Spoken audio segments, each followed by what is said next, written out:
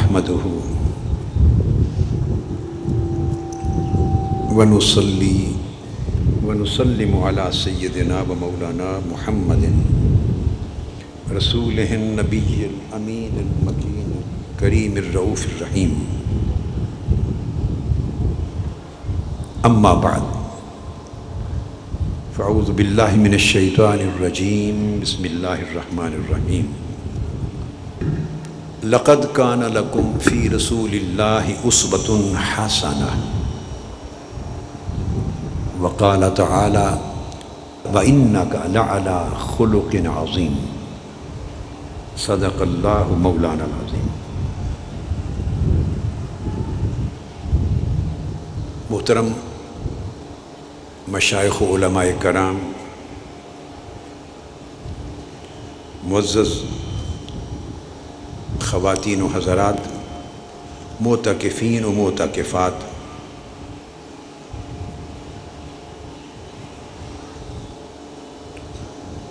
جملہ سامعین و سامعات، ناظرین و ناظرات، طلباء اور طالبات،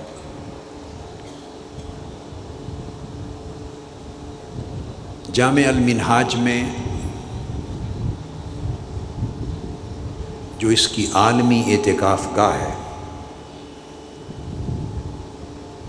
اس کے 3 حصوں میں اعتکاف ہو رہا ہے. ایک حصہ تو آپ کے سامنے ہے جہاں ہزارہا معتکفین اللہ رب العزت کے در پر اپنے دل و دماغ سے اور جسم و جان سے معتکف ہیں.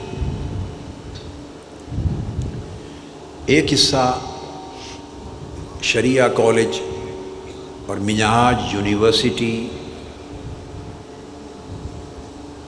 کے کمرے اور پنڈال ہیں جہاں ہماری ہزارہا بہنیں اور بیٹیاں معتکف ہیں، جس کو منہاج القرآن ویمن لیگ اور منہاج شریعہ کالج کی معلمات اور طالبات اور اس طرح دیگر تنظیمات پورے ملک سے آئی ہوئی اور بطور خاص لاہور اور پنجاب کے قریبی شہروں سے جو متحرک کارکنان ہیں وہ مل کے اس انتظام کو لک آفٹر کر رہی ہیں. اور تیسری اعتکاف گاہ بیت الزہرا ہے جہاں چھوٹے بچوں اور بچیوں کا اعتکاف ہو رہا ہے. وہ بھی سینکڑوں کی تعداد میں ہے، سینکڑوں کی تعداد میں. اس میں 4 سال سے 14 سال کی عمر تک بچے بھی اور بچیاں الگ الگ اس اعتکاف میں موجود ہیں. اس کے پھر 2 حصے اور ان کو بیت الزہرا کی انتظامیہ اور اسی طرح شریعہ کالج، گرلز کالج اور منہاج القرآن ویمن لیگ کی تنظیمات کی بیٹیاں ان کو بھی دیکھتی ہیں.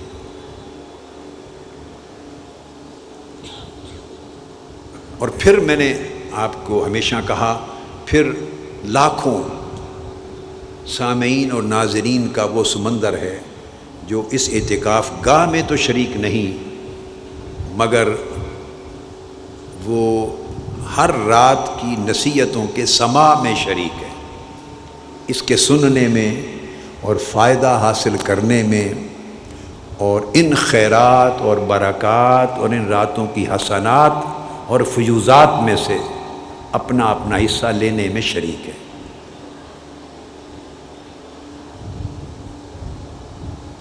آج رات کا موضوع اسی اعتکاف کی 10 راتوں کے بنیادی موضوع کے تسلسل میں ہے. اور بنیادی موضوع آپ جانتے ہیں وہ ہے اخلاق حسنہ. آج کی رات میں نے چاہا کہ آپ کے سامنے آقا علیہ الصلاۃ والسلام کا عملی پیکر خلق رکھوں.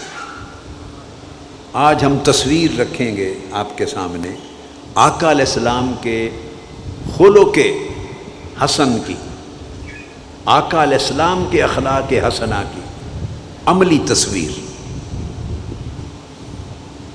لہذا بڑی توجہ کے ساتھ اور وارفتگی کے ساتھ اور عشق اور محبت کی کیفیات میں ڈوب کر آپ نے اس کو نہ صرف سننا ہے بلکہ اس جام کو پینا ہے۔ اب آپ اپنے آپ کو گم کر لیں گے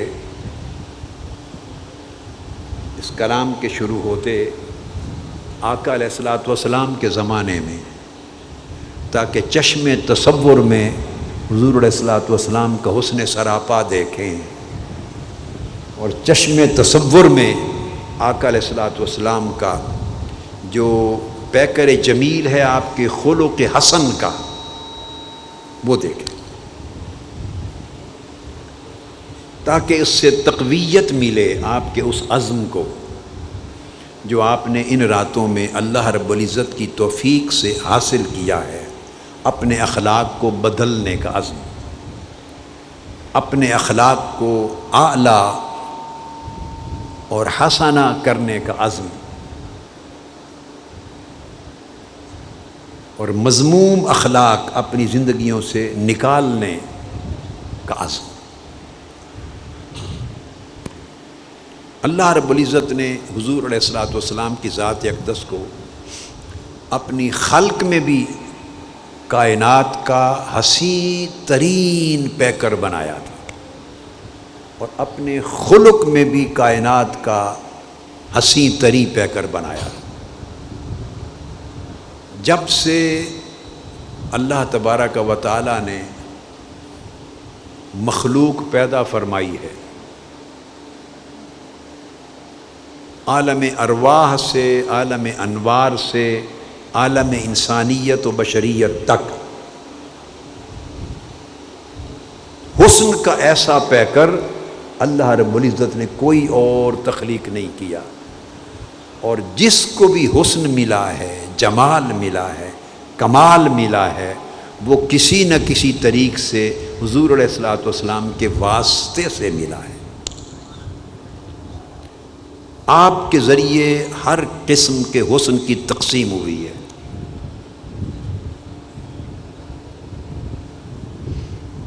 تو بات تو ہم نے آقا علیہ السلام کے خلق حسن کی کرنی ہے، مگر جسٹ شروع کرنے کے لیے میں آپ کے خلق جمیل کی، بس آپ کے حسن سراپا کی تھوڑی سی بات کرتا ہوں، تاکہ آقا علیہ الصلوۃ والسلام کا حسن سراپا آنکھوں کے سامنے آ جائے۔ وہ میرے موضوع میں نہیں تھا، ابھی اسی لمحے یعنی 1 منٹ پہلے میرے ذہن میں خیال آیا کہ گفتگو شروع یہاں سے کروں۔ اس پر میری 2-3 کتابوں میں تذکرہ ہے، آقا علیہ السلام کے حسن سراپا پر کتب میں۔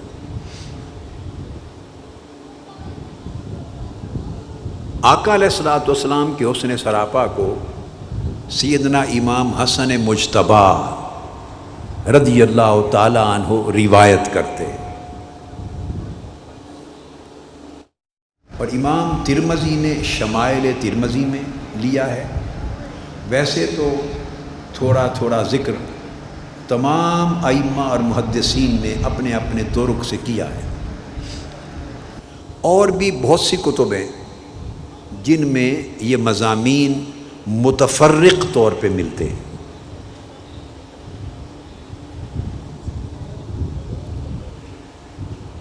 سیدنا امام حسن مجتبیٰ رضی اللہ تعالی عنہ وہ یہ روایت اور یہ بیان اپنے ماموں کے ذریعے کرتے ہیں۔ اب امام حسن مجتبیٰ کے اور سیدنا امام حسین علیہ السلام کے ماموں کون ہوئے؟ سیدہ کائنات سیدہ بطول زہرا رضی اللہ تعالی عنہا، ان کے بھائی۔ اب آپ حیران ہوں گے کہ سیدہ کائنات کے بھائی کون ہوئے؟ ان کا نام ہے ہند بن ابی ہالہ۔ یہ سیدہ فاطمۃ الزہرا سلام اللہ تعالی علیہا کے بھائی ہیں، یعنی حضرت خدیجۃ الکبریٰ رضی اللہ تعالی عنہا کے بیٹے ہیں آپ کے پہلے زوج سے۔ تو ان کے بھائی ہیں والدہ کی طرف سے. آپ سمجھ گئے نا بات کو. حضرت ہند بن ابی حالہ، تو ان سے امام حسن مجتبی روایت کرتے ہیں کہ آقا علیہ الصلوۃ والسلام کا حلیہ مبارک کیسا تھا. بہت سے صحابہ نے، میں نے آپ کو بتایا تھوڑا تھوڑا بیان، بہت سے صحابہ کرام نے کیا ہے، اور کتب حدیث میں آیا ہے، کتب سیر میں آیا ہے، کتب فضائل میں آیا ہے، مگر تھوڑا تھوڑا متفرق بیان ملتا ہے. یہ روایت جو ہے، جو آج ہمارے بیان کے اندر بنیاد بنے گی، یہ سب سے زیادہ جامع بیان ہے ان کا. اور دوسرا سیدنا مولا علی شیر خدا کرم اللہ وجہ الکریم کا بیان، جو سیدنا امام حسین علیہ السلام نے کیا ہے. آقا علیہ السلام کی خلق اور خلق پر جامع ترین بیان اسلامی تاریخ میں حسنین کریمین کے ذریعے آیا رضی اللہ تعالیٰ عنہ. وہ بیان کرتے ہیں کہ آقا علیہ الصلوۃ والسلام، کیونکہ وہ ہر وقت آقا علیہ السلام کے اوصاف بیان کرتے تھے، ہر وقت. ایک دن انہوں نے کہا ماموں جان، ہم ایک جامع نقشہ کھینچ کے بیان کریں، اور پھر اس میں سے ایک ایک جملے کی تائید جلیل القدر دیگر صحابہ کرام سے، سیدنا علی شیر خدا سے ہے، سیدنا ابو ہریرہ سے ہے، حضرت انس بن مالک سے ہے، حضرت سمرہ بن جندب سے ہے، پھر کوئی حد نہیں ہے. کثیر صحابہ کرام نے جزون سب چیزیں بیان کی، مگر یہ ایک مقام پر جامع نقشہ ہے. فرماتے ہیں، آپ نے فرمایا کہ ایسا نقشہ بیان کریں کہ میں اس کو اپنے ذہن میں جما لوں. وہ بات کرتے ہیں شروع، تو میں برکت کے لیے چند چیزیں اس پیکر حسن کی بیان کر کے پھر آقا علیہ السلام کے عملی اخلاق کے بیان کی طرف آ رہا ہوں، تاکہ حسن و جمال محمدی صلی اللہ علیہ وآلہ وسلم کے ساتھ ہم اپنے ذہنوں کا، خیالوں کا ایک رشتہ جوڑ لیں، ایک تعلق بنا لیں، پھر آگے چلیں. فرماتے ہیں کہ آقا علیہ الصلوۃ والسلام اپنی ذات میں، اپنے حسن و جمال میں بہت عظیم تھے. اب آپ نے ڈوب کر سننا ہے کیف میں، اور فرزانگی کے ساتھ نہیں، دیوانگی کے ساتھ سننا ہے، اور اس کو اپنے من میں اتارنا ہے. فرماتے ہیں کہ خود ذات میں عظیم تھے اور دیکھنے والوں کے لیے بڑے معظم تھے، بڑے معظم تھے. اب میں احادیث کے جو الفاظ ہیں عربی کے وہ ساتھ اس لیے بیان نہیں کروں گا تاکہ دوہرا وقت لگ جائے گا. وہ مجھے خیال میں آیا کہ میں نے اپنی کتابوں میں بھی اس کو درج کیا ہے، مگر میں اس سال ایک چھوٹا سا کتابچہ عربی کی پورا حدیث کا بیان اور ساتھ اردو ترجمہ کے ساتھ میں دے دوں گا، اور انشاءاللہ امید اگلے سال سے قبل چھپ جائے گا. ایک مختصر کتابچہ آپ کی جیبوں میں رہے، ہر روز اس کو پڑھیں اور اس سے سبق حاصل کریں. فرماتے ہیں کہ آپ کا چہرہ مبارک 14ویں رات کے چاند کی طرح چمکتا دمکتا تھا، 14ویں رات کے چاند کی طرح چمکتا تھا. اور آپ کا رنگ مبارک ایسا چمکدار تھا جیسے سونا اور چاندی ملا ہوا.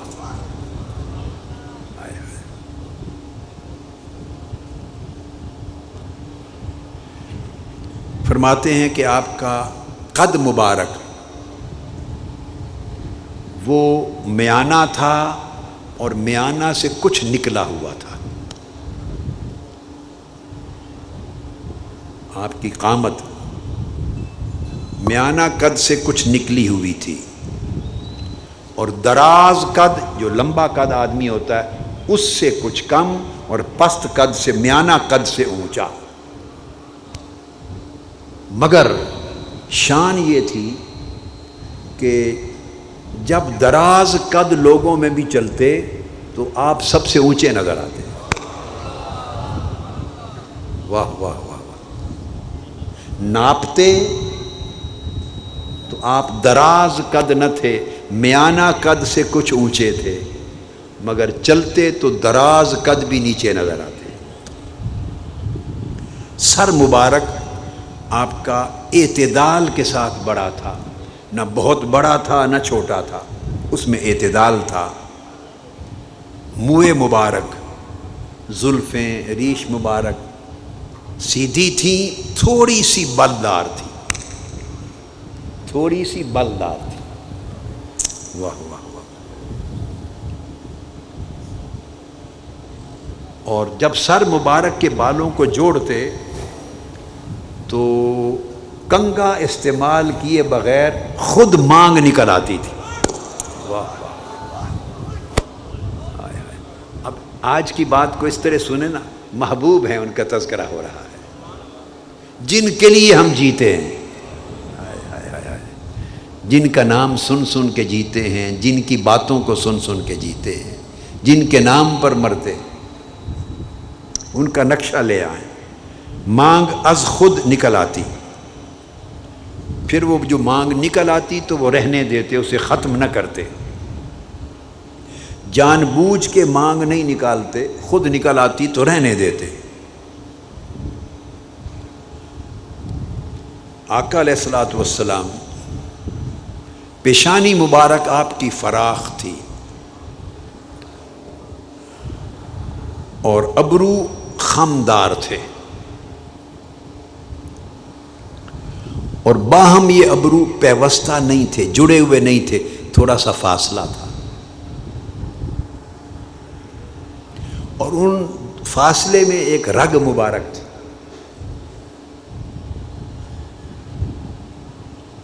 بینی مبارک مناسب توازن کے ساتھ ابری ہوئی تھی، اور اس میں سے ایک نور نکلتا تھا، چمک نکلتی تھی، چمک نکلتی تھی۔ پتلی مبارک، آنکھوں کی جو پتلی تھی وہ سیاہ تھی، رخسار مبارک نہایت خوبصورت تھے، دہن مبارک یعنی منہ اعتدال کے ساتھ فراخ تھا، دندان مبارک باریک تھے، آبدار تھے، موتیوں کی طرح چمکدار تھے، اور ان میں باریک باریک ریخیں تھیں، فاصلہ نہیں لگتا تھا، اور بالکل جڑے ہوئے بھی نہ تھے، اور گردن مبارک ایسی تھی جیسے تصویر میں خوبصورت گردن تراشی ہوئی ہو، اتنی خوبصورت۔ صفائی میں اگر قمیص سے ہٹ کے گردن نظر آ جاتی تو چاندی کی گردن لگتی تھی، اس طرح نور چمکتا تھا، صفائی میں چاندی جیسی تھی۔ بدن مبارک کی جو جسامت تھی اس میں اعتدال تھا، نہ دبلے پتلے تھے نہ موٹاپا تھا، اعتدال تھا، اور جسم اطہر پر گوشت تھا، جیسے جسم فٹ ہوتا ہے ایسا تھا۔ شکم مبارک اور سینہ مبارک ہموار تھا، ابھرا ہوا نہیں تھا، ہموار تھے، سینہ تھوڑا سا ابھرا ہوا تھا، سینہ اقدس۔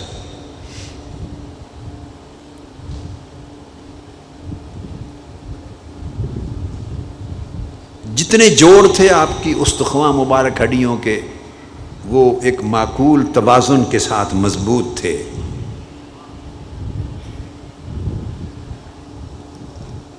آپ کا جسم اطہر اتنا روشن، اتنا نورانی تھا کہ آنکھیں نہیں ٹکتی تھی۔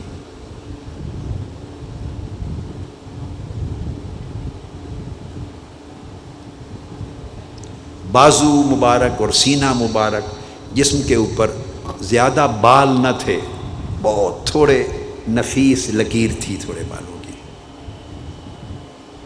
ہتھیلیاں فراخ تھیں، یہ کلائیاں دراز تھیں، انگلیاں لمبی تھیں، آپ کے اعصاب برابر تھے، پاؤں کے جو تلوے ہیں وہ ذرا گہرے تھے، مگر جب چلتے تو بالکل سارے تلوے اس طرح زمین پہ نہیں لگتے تھے، تھوڑی سی درمیان میں اونچائی تھی۔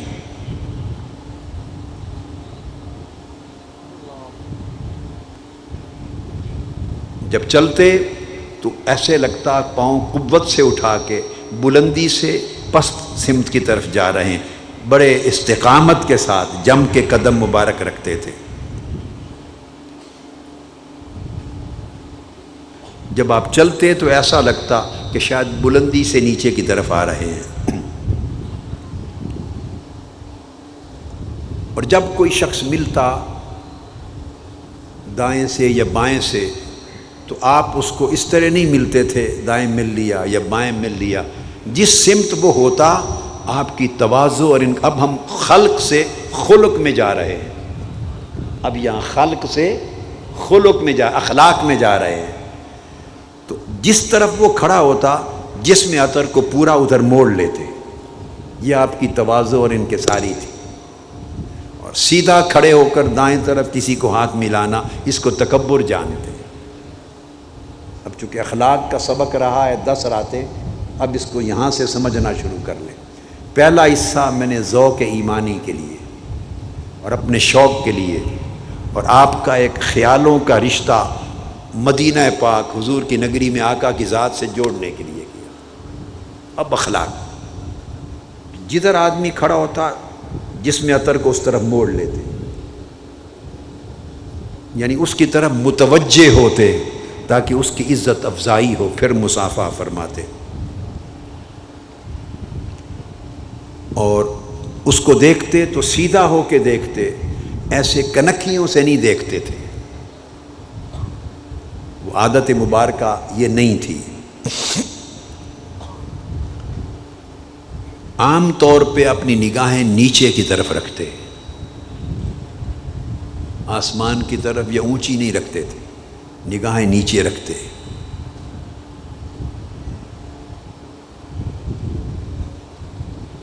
اور جب چلتے تو صحابہ کرام کو آگے آگے ہونے کی ترغیب دیتے، آگے چلیں۔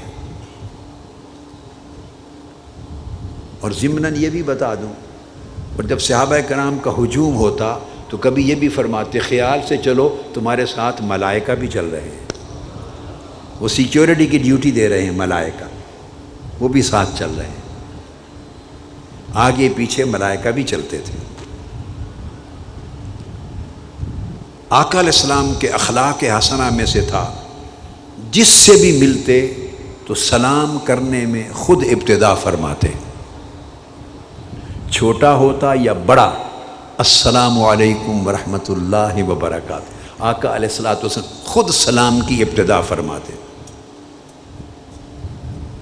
یہ توقع نہ کرتے کہ وہ دوسرا مجھے سلام کرے، بچے بھی ہوتے تو خود سلام فرماتے۔ یہ جو بیان کر رہا ہوں اس کو آپ نے اتارنا ہے اور اپنے اخلاق کو اس سراپا میں ڈالنا ہے۔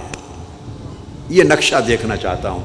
وہی بات، یہ ایک بہت بڑا جیسے مال ہوتا ہے، ایک ڈپارٹمنٹل سٹور ہوتا ہے، اس میں بہت چیزیں ہیں، جتنا سودا لے سکیں بس کچھ ڈل جائیں، اس سراپا خلق میں کچھ ڈل جائیں، کچھ رنگ چڑھا لیں، کچھ ڈنگ ان کے اپنا لیں،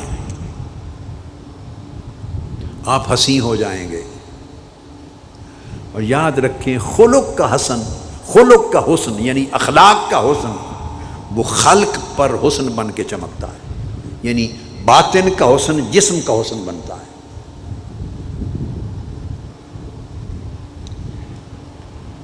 پھر امام حسن مجتبی رضی اللہ تعالیٰ عنہ نے پھر عرض کیا کہ کچھ مجھے نانا جان کی گفتگو کا حال بھی سنائیں کہ بات کیسے کرتے تھے۔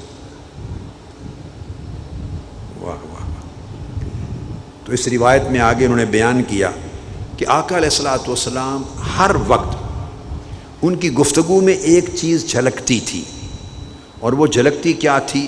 ایک فکر ہوتا تھا ہر بات کے اندر، دین کا فکر، آخرت کا فکر، امت کا فکر، صحابہ کا فکر، اپنے ماننے والوں کا فکر، غریبوں کا فکر، مسکینوں کا فکر، یتیموں کا فکر، بیواؤں کا فکر، کمزوروں کا فکر، آپ کی ہر وقت گفتگو کسی نہ کسی فکر پر قائم ہوتی.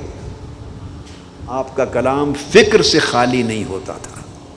جب بھی کلام فرماتے اس کلام میں کسی کا فکر ہوتا، اللہ کا دھیان ہوتا، آخرت کا دھیان ہوتا، مخلوق کا دھیان ہوتا، امت کا دھیان ہوتا، حقداروں کا دھیان ہوتا. تو آپ کا کلام ہمیشہ کسی سوچ پر، کسی فکر پر، کسی غم پر، کسی تصور پر قائم ہوتی. اور ایسے لگتا کہ آپ کو کسی وقت بھی ایسا چین نہیں کہ جس میں آپ کو غم نہیں ہے، فکر نہیں ہے. بے فکر آپ کی زندگی کا کوئی لمحہ نہیں ہوتا تھا. اور جب کلام فرماتے تو بلا ضرورت بھی کلام نہیں فرماتے تھے. آپ کا کلام ضرورت پر مبنی ہوتا، اور جب ضرورت نہ ہوتی تو آپ کا سکوت طویل ہوتا، دوسروں کو سنتے. اور جب بھی آقا علیہ الصلوۃ والسلام کلام فرماتے، اس کو توجہ سے سنیں، آپ کا کلام شروع میں بھی واضح ہوتا، اور جب گفتگو یا جملے ختم فرماتے تو اینڈ میں اختتام پر بھی واضح ہوتا.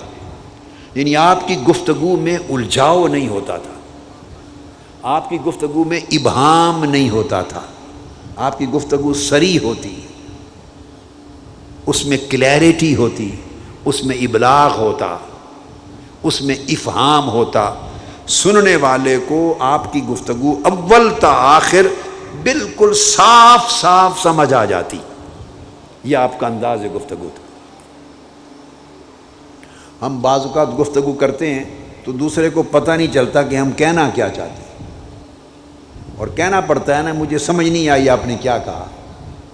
ہم بعض اوقات گول مول بات کرتے ہیں، اس میں ابہام رکھتے ہیں.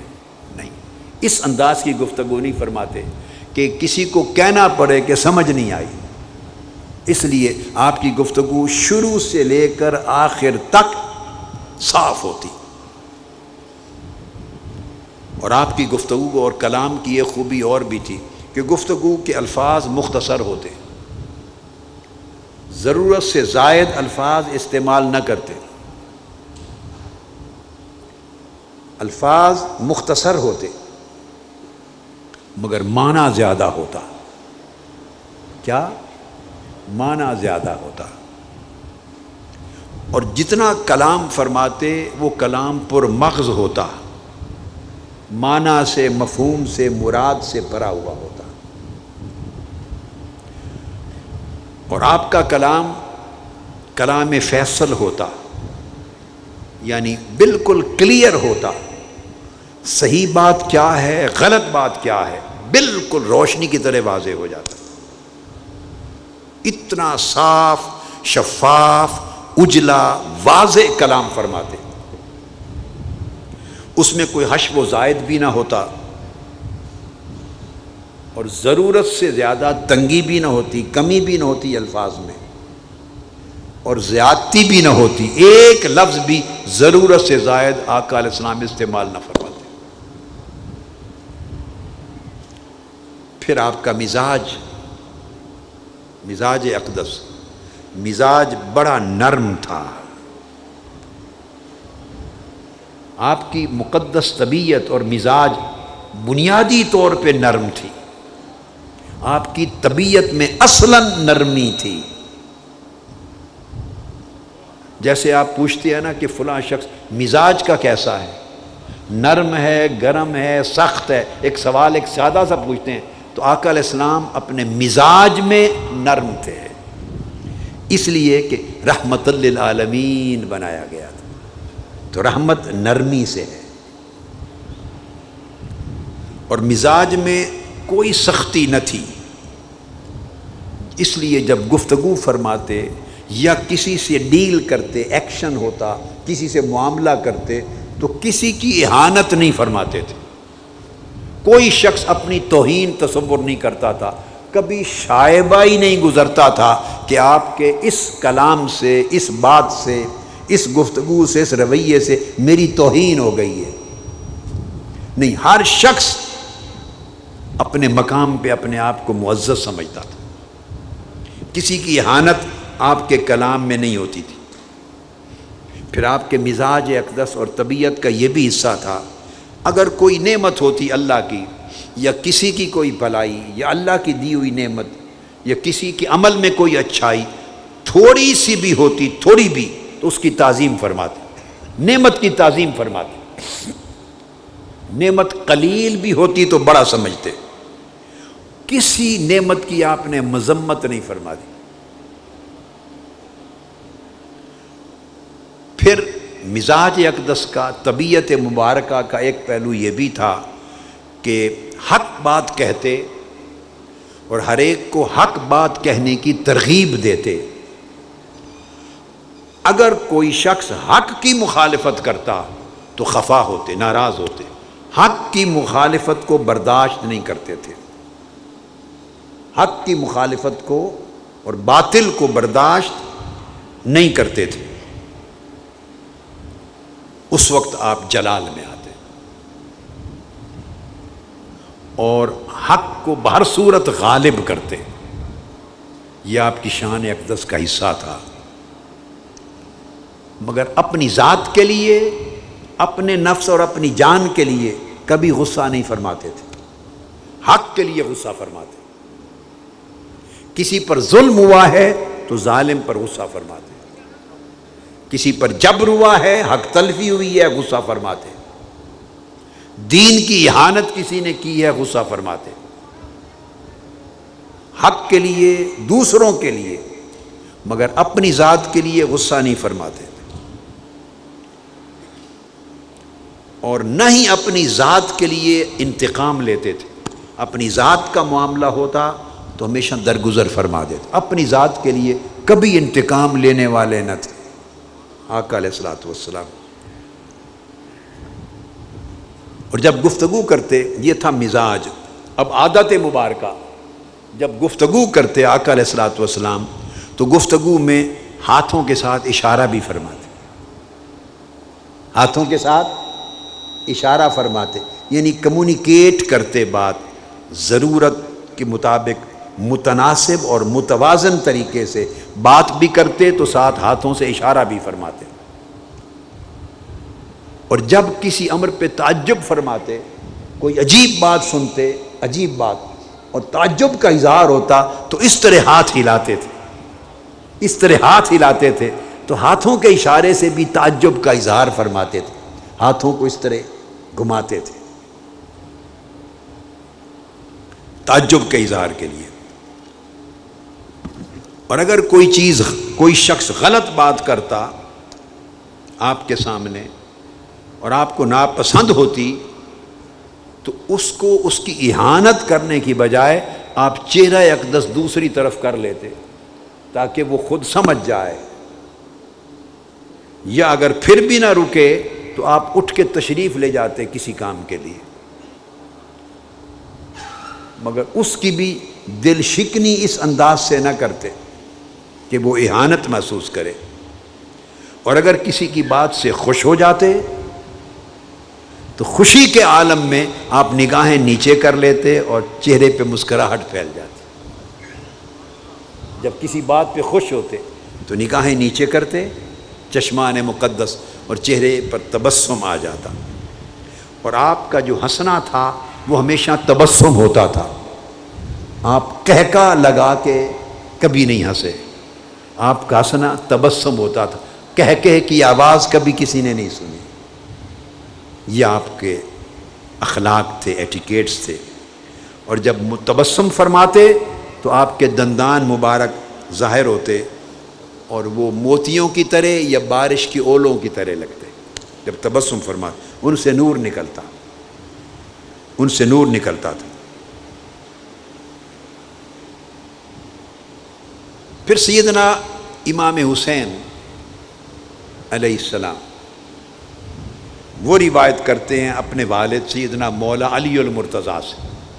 اور یہاں پر امام حسن مجتبیٰ بڑی دلچسپ بات فرماتے. بھائی تھے نا، بھائی.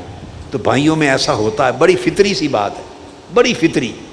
سیدنا امام حسن مجتبیٰ نوجوانی میں کہتے کہ میں نے یہ سارا کچھ جو سنا اپنے ماموں سے تو میں نے عرصے تک اپنے بھائی حسین سے چھپائے رکھا۔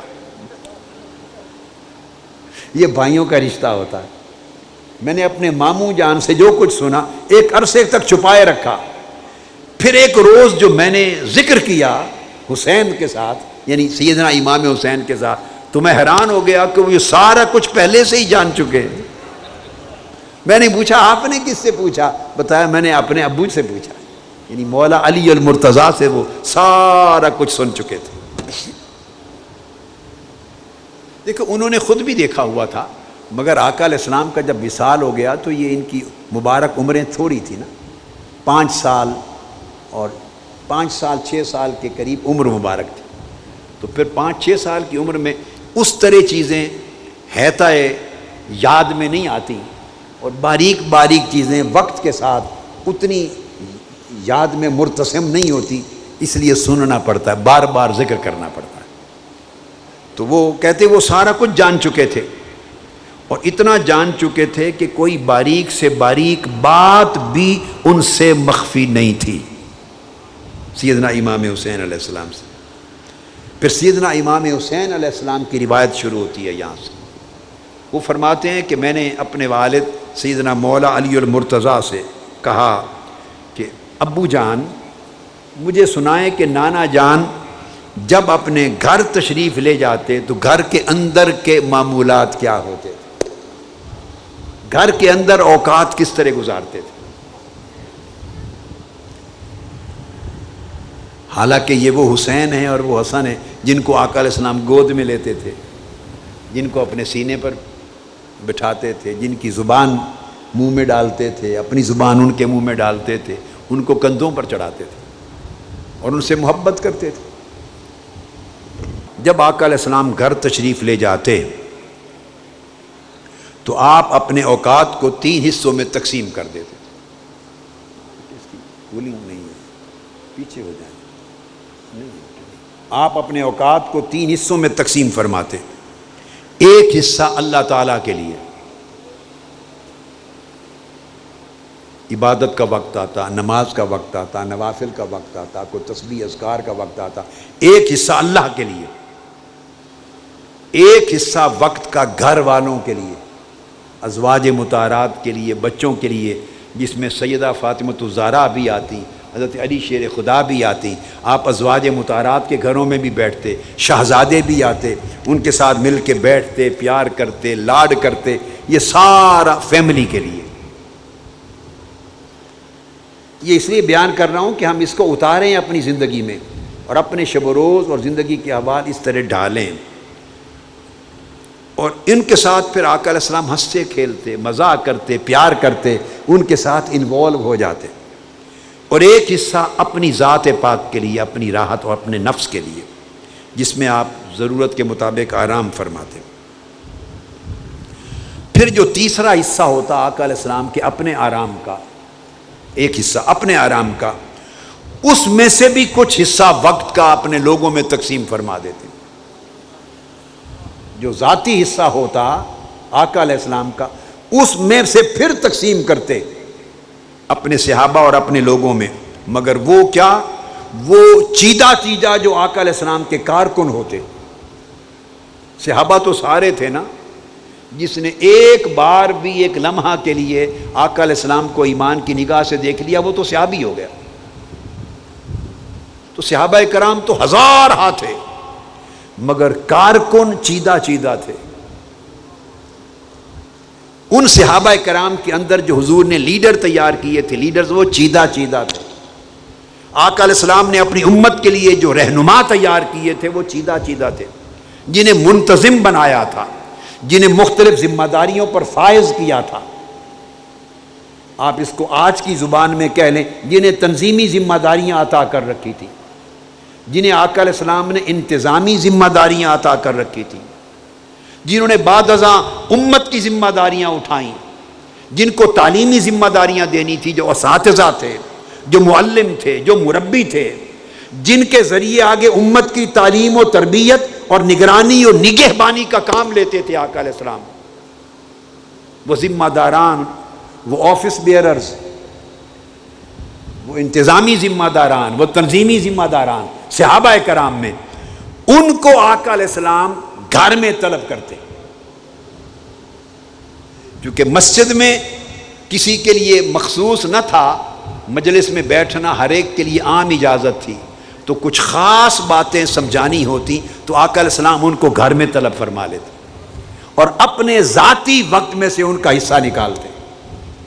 مسجد میں تو دیہاتوں سے آئے ہوئے لوگ بھی آ جاتے تھے، اجنبی بھی آ جاتے تھے، تمام صحابہ کرام بھی ہوتے تھے، تو وہ تو عمومی بات ہو سکتی تھی. اگر خصوصی تربیت کرنی ہے، خصوصی نصیحت کرنی ہے، خاص انسٹرکشنز ہدایات دینی ہے، تو اپنے گھر کے اوقات میں وہ جو ایک حصہ اپنا ذاتی آرام کا تھا اس میں سے پھر ان پہ خرچ کرتے اور بلا کے خاص خاص صحابہ کو طلب کروا کے آقا علیہ السلام ان کو ہدایات دیتے. اس وقت میں خواص حاضر ہو سکتے، ذمہ داران، عوام الناس کو اجازت نہ تھی، عوام الناس کو اجازت نہ تھی. ان کو طلب کرتے، ان کو سمجھاتے، نصیحت کرتے، تربیت فرماتے اور انہیں پھر عام لوگوں کو رہنمائی کرنے کے لیے تیار کرتے. یہ آقا علیہ السلام کا طریق تھا. اور پھر ان سے فرماتے کہ جو کچھ تمہیں میں نے بتایا، یہ جو غائب ہیں، جو اس مجلس میں موجود نہیں، ان تک پہنچا دینا. ان کے ذریعے آقا علیہ السلام اپنی بات کو پہنچانے کا ایک نظام وضع فرماتے. تو کچھ چیزیں ڈائریکٹلی امت کے ہر فرد کو بتاتے، کچھ چیزیں براہ راست آقا علیہ السلام اپنے خطبہ جمعہ میں، اپنی ہر روز کی مجلس میں، اپنے خطبہ عید میں، دیگر خطبات میں، اپنے فرمودات کے ذریعے عامت الناس کو ڈائریکٹلی بیان کرتے. کچھ چیزیں اپنے خواص صحابہ جن کو ذمہ داریاں سونپی تھی انہیں سمجھاتے اور ان کے ذریعے کمیونیکیٹ کرتے. تو گویا عوام کی بھی تربیت کرتے اور خواص کی بھی تربیت فرماتے. اور فرماتے فَلْيُبَلِّغُ الشَّاهِدُ الْغَائِبَ، جو غائب ہیں ان تک پہنچا دیں. آقا علیہ الصلوۃ والسلام ارشاد فرماتے. اور پھر ان کو ارشاد فرماتے کہ تعلیم کا حصہ صحابہ کرام کو خصوصی نشست میں فرماتے کہ یا اب ان کی تربیت ہوتی، یعنی وہ جو لیڈرز ہیں، قائدین ہیں، جو انتظامی اور تنظیمی ذمہ داران ہیں، جو آپ کے نمائندے ہیں، ان کے لیے جو تلقین فرماتے ان میں سے کچھ حصے بتا رہا ہوں. ان سے فرماتے دیکھو جو شخص بھی اپنی حاجت براہ راست مجھ تک نہیں پہنچا سکتا، اس کی باتیں سن کر تمہاری ذمہ داری ہے مجھ تک پہنچا دیا کرو. یہ کریکٹر ہے قائدین کے لیے جو آقا علیہ السلام نے وضع فرمایا. کوئی شخص جو کسی ضعف اور بیماری کی وجہ سے، کمزوری کی وجہ سے، دور ہونے کی وجہ سے، جس کو ڈائریکٹلی اس موقع پر یہ خاص بات سننے سمجھنے کا موقع نہیں ملا، یا اس کی کوئی پریشانی ہے، وہ کسی مجبوری کی وجہ سے مجھ تک براہ راست نہیں پہنچا سکا، تم سے ملتا ہے تو یہ تمہاری امانت اور دیانتداری کا تقاضا ہے کہ جو تمہیں کوئی حاجت بیان کرے مجھ تک پہنچانے کے لیے تو مجھے پہنچا دیا کرو. یہ اخلاق کا حصہ ہے، مجھ تک پہنچا سکو اور تاکہ اس کی حاجت روائی ہو سکے. اور اس سے آقا علیہ السلام تعلیم دیتے. اسی طرح جو شخص بھی اپنی حاجت کسی صاحب اختیار تک پہنچانا چاہے، جس کو کہے اس کا فرض ہے کہ وہ اس تک پہنچا دے، جس کے ذمے اس کا کام ہے وہ پہنچا دے. تو آقا علیہ السلام اس کو تلقین کرتے اور فرماتے جو اس کی حاجت خود پوری نہیں کر سکتا مگر اس کی حاجت اس شخص تک پہنچا دیتا ہے جو اس کی حاجت روائی کرنے کے قابل ہے. فرمایا جو ایسا کرے گا اس کی حاجت کو پہنچا دے گا، قیامت کے دن اللہ تعالیٰ اسے پل صراط پر ثابت قدم فرما دے گا. صرف لوگوں کی حاجت پہنچانے والے عمل پر اللہ پاک صراط پر چلتے ہوئے پل صراط پر اسے دوزخ میں گرنے نہیں دے گا، مضبوطی اور ثابت قدمی دے گا.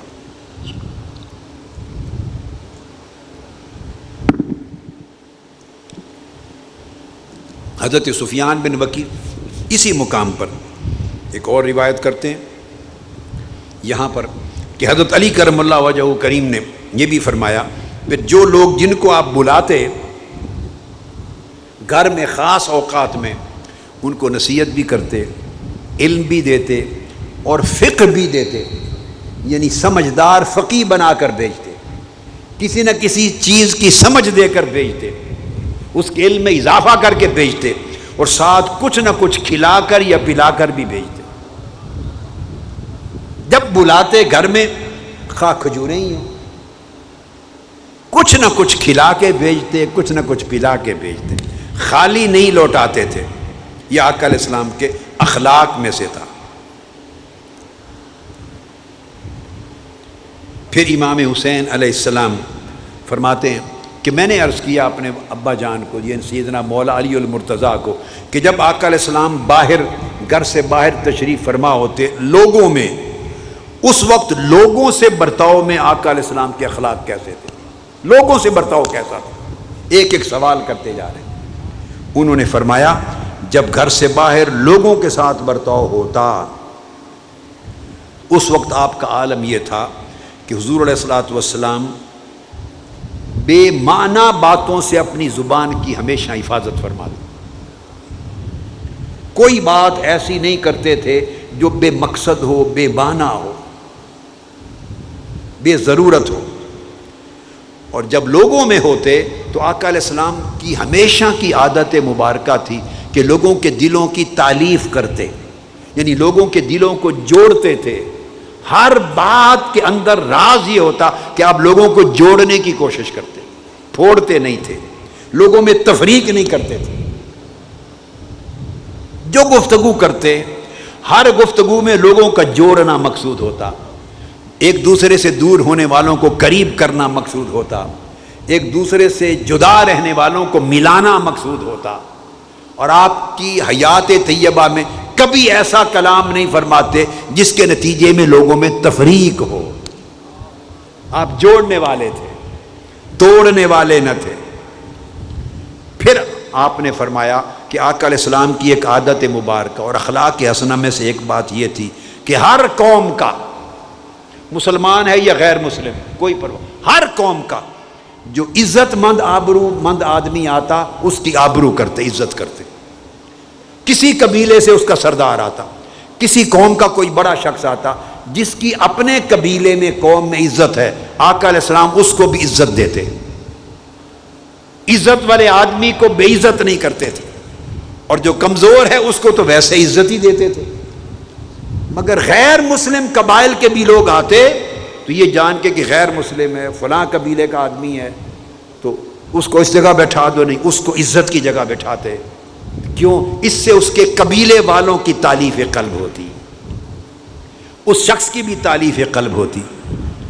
اور جب وہ مسلمان ہو جاتے تو ان کے قبیلے کے سربراہ کو یا بڑے آدمی کو، معزز آدمی کو ہی اس قوم کا سربراہ یا قائد مقرر کر دیتے، تاکہ لوگ پہلے بھی اس کی بات سنتے تھے جب دین پر نہ تھے، اب دین پر آ گئے ہیں تو اب بھی اس کی بات سنیں گے، تاکہ قوم جڑی رہے، قوم جڑی رہے، اس میں تفرقہ پیدا نہ ہو۔ طاقتور آدمی اور ہے اور سربراہ ان کا کسی اور کو بنا دوں تو قوم دو حصوں میں بٹ سکتی ہے۔ حکمت یہ تھی آقا علیہ السلام کی کہ قوم اگر کفر میں، جاہلیت میں ایک تھی تو اسلام پر آنے کے بعد بھی ایک رہے، تاکہ مؤثر آدمی کو آقا علیہ السلام۔ اور پھر یہ بھی تعلیم فرماتے اگر کسی شخص کے اندر کوئی شر ہے تو فرماتے اس کے شر سے بچو، اپنے آپ کو بچاؤ، اور خود اپنے آپ کو بھی اہل شر کے شر سے بچاتے، اور صحابہ کرام کو بھی شر سے بچنے کی تلقین فرماتے۔ اور اگر کوئی اہل شر ہے اس سے شر، اس کے شر سے خود کو بھی بچاتے، صحابہ کو بھی بچاتے، مگر رویہ کشادہ روی کا رکھتے، چہرہ خوش رکھتے، اور جو خوش اخلاقی ہے اس میں کمی نہ آنے دیتے۔ اور آپ کے اخلاق حسنہ میں سیدنا مولا علی المرتضیٰ نے فرمایا ایک بات یہ بھی تھی کہ جو آپ سے ملتے آپ ان کا حال احوال لیتے تھے، ان کی خیریت دریافت کرتے تھے، ان کے ذاتی حال احوال لیتے، تاکہ اس میں اپنائیت پیدا ہو، یہ نہیں کہ جو آیا تو سیدھا اس سے بات کر دی افسروں کی طرح، آتے ہی جو جس کی لیے بات کر دی، نہیں، اس کی پہلے خیریت پوچھتے، اس کی صحت کا پوچھتے، اس کے گھر کے حالات پوچھتے، بیوی بچوں کا پوچھتے، اس کے قبیلے کا پوچھتے، تاکہ وہ مانوس ہو، انس پیدا کرتے تعلق میں۔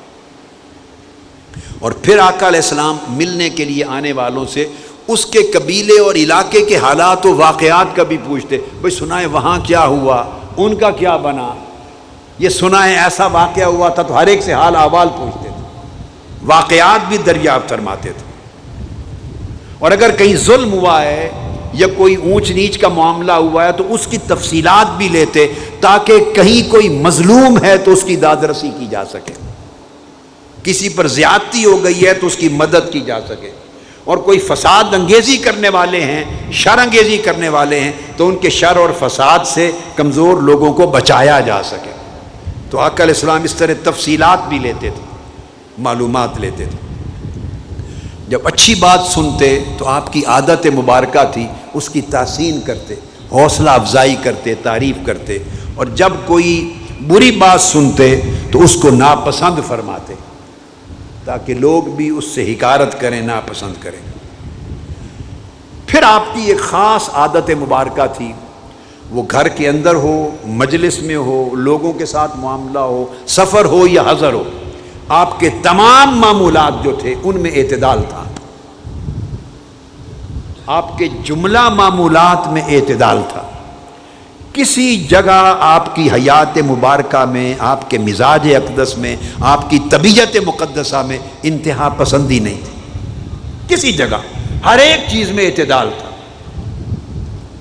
ہر ایک چیز میں، عبادات کے معاملات میں بھی اعتدال، معاملات میں بھی اعتدال، لوگوں کے ساتھ برتاؤ میں اعتدال، خیرات میں اعتدال، لوگوں کے ساتھ خوش طبعی میں اعتدال، یعنی ایک بھرپور جو اخلاق حسنہ کی تصویر ہے، ہر ایک حق کو ادا کرنا اور کسی حق کو تلف نہ ہونے دینا، اور ہر چیز کو اس کی جگہ پہ رکھنا، اور ایک چیز دوسری پر غالب نہ آ جائے اور وہ چیز اس سے محروم نہ رہ جائے، ہر چیز کو اعتدال کے ساتھ اپنی اپنی جگہ پہ رکھتے تھے۔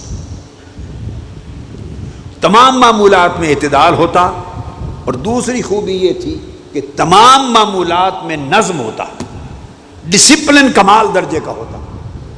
آپ کی حیات طیبہ میں کوئی چیز نہ اعتدال سے خالی اور خارج تھی، نہ نظم اور انتظام سے خارج تھی، ہر چیز ایک نظم کے ساتھ ہونی ہے، وہاں بے نظمی نہیں چلتی تھی، بے انتظامی نہیں چلتی تھی، نہ۔ تو آقا علیہ السلام کی حیات طیبہ خود سراپا انتظام و انصرام تھا، نظم تھا، گفتگو میں نظم تھا، اٹھنے بیٹھنے میں نظم تھا، کھانے پینے میں نظم تھا، چلنے پھرنے میں نظم تھا، لوگوں کے ساتھ معاملات اور برتاؤ میں نظم تھا۔ نظم اور اعتدال دو چیزوں کا مرکہ تھی آقا علیہ السلام کی ذات پاک۔ اور پھر جب کسی کو تعلیم و تربیت کرنا، نصیحت کرنے کا وقت ہوتا تو آقا علیہ السلام نصیحت، تعلیم و تربیت اور نصیحت فرماتے حکمت کے ساتھ، مگر مصلحت کی وجہ سے کبھی بھی تعلیم و تربیت سے غفلت نہ فرماتے۔ جہاں نصیحت کرنی ہے وہ نصیحت کو حکمت کے ساتھ فرماتے، مگر اس سے غافل نہ ہوتے، نظر انداز نہ کرتے، چپ نہ رہتے، نصیحت فرماتے تھے، مگر اس طرح نہیں کہ وہ اگلا بندہ اہانت فیل کرے، اگلا بندہ اپنے آپ کو چھوٹا فیل کرے، شرمندگی فیل کرے، اس کی عزت دوسروں کی آنکھوں میں نہ رہے، ایسا نہیں، اس کی عزت بھی برقرار رہے، اس کا تعلق بھی برقرار رہے۔